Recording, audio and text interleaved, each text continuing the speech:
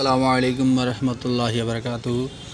আমাদের খাল পরিষ্কার পরিচ্ছন্ন কাজে অনেক লোকে নিয়োজিত আছে। খাল পরিষ্কার চলতেছে, দেখুন অনেক সুন্দর লাগতেছে। আমাদের পরিবেশ, আমাদের খাল, গাছপালা সব কিছু আমরা যদি এগুলো রক্ষণাবেক্ষণ করি, আশা করি আমাদের পরিবেশ নিয়ে কেউ কিছু বলবে না। অনুগ্রহপূর্বক সবাইকে বলা যাচ্ছে যে খালের মধ্যে ময়লা আবর্জনা আবে তাবে ফেলবেন না।